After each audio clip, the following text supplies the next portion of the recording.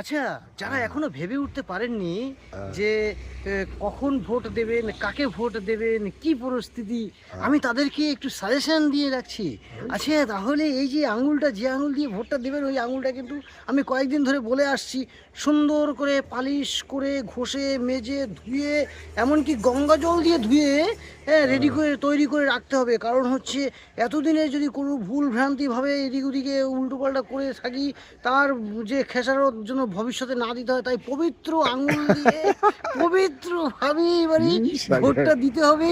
হ্যাঁ, যাতে আপনার আগামী প্রজন্ম সুরক্ষিত থাকে, মা বোনের ইজ্জত সুরক্ষিত থাকে, আমাদের ভবিষ্যৎ প্রজন্মের ভবিষ্যৎ গড়ার চাকরি বাকরি ইত্যাদি সমস্ত দিকে যেন থাকে, আমাদের সব যেন ভরপুর হয়। হ্যাঁ, আমাদের সনাতন ধর্মীয় ভাবমূর্তি যেন ঠিকঠাক থাকে, এই চিন্তা ভাবনা রেখে ভোটটা দেবেন। এবার কাকে ভোট দেবেন, কি ব্যাপার, সেটা আপনি ভেবে দেখবেন।